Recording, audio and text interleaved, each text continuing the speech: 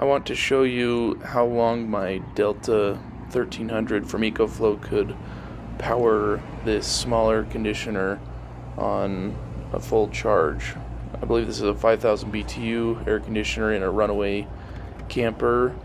I've got a 100 watt flexible solar panel that I just showed you at the beginning plugged into it, and initially here we can see the AC is pulling about 335 watts and the solar panel is producing about 70 watts of power.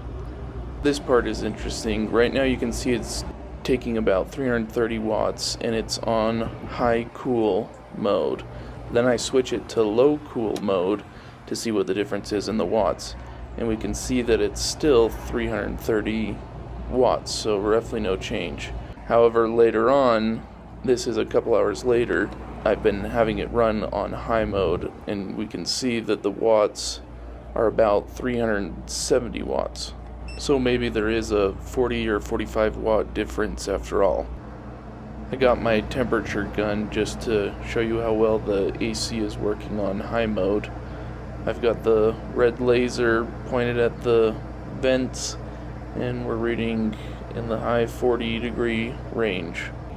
I started the air conditioner at 11:15 a.m. and it ran continuously until 2:37 p.m. So that's almost 3.5 hours on one full charge that it could run a small air conditioner, along with a 100 watt solar panel plugged in on a semi-cloudy, mostly sunny day. Anyways, I hope this video has been helpful in some way for you to be able to understand how a air conditioner can run off of a portable power station.